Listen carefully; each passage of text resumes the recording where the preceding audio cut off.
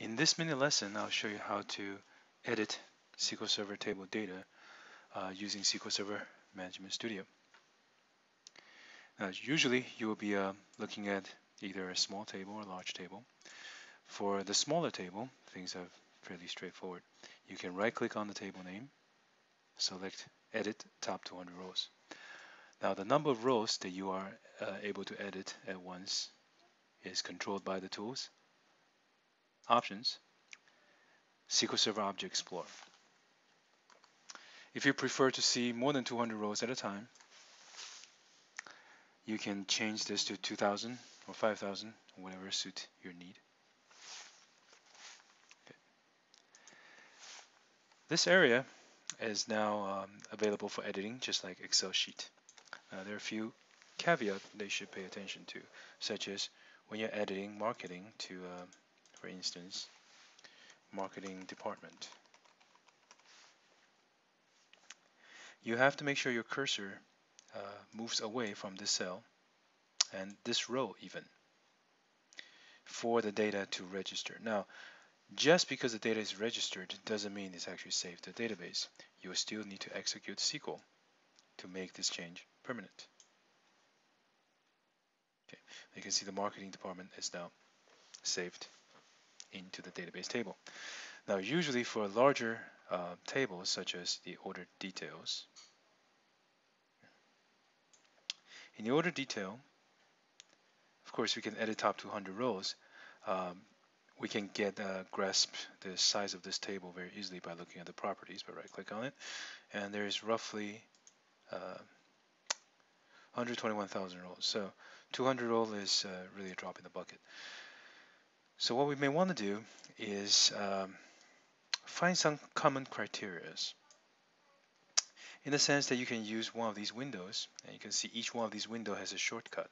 To show the SQL pen, it's Control 3 so let's try it, Control 3. Oops. Control 3 would give you the SQL statement. Now this is where you can simply type in, select top 200, or even remove the top 200 altogether. So let's suppose we're looking for product ID. We would like to make some changes where the sales order detail involves product ID 776. Now we can introduce the condition this way and use the execute SQL. Oops, forgot the where keyword, sorry. Where? All right. Now notice this result is also editable in place, so long as the column supports editing. So let's say you found a quantity you want to change. You want to change this to an 8 quantity. Okay.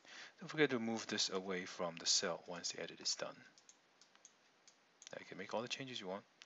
Don't forget to move that away and click on the exclamation point again, and this will persist the changes. Now, sometimes you may prefer the diagram style, where you can choose additional column or remove columns you have no interest in. Okay, this would change the SQL statement in the middle. Okay, this would display the results there. Okay, now let's hide the diagram pen.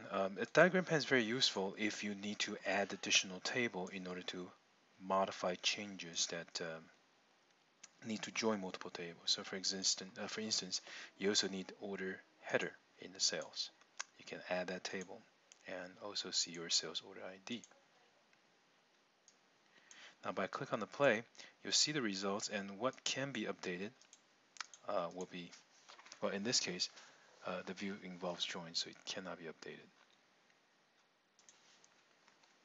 Okay, so I'm going to undo the changes. Another pane includes the criteria, where you can specify using a worksheet style.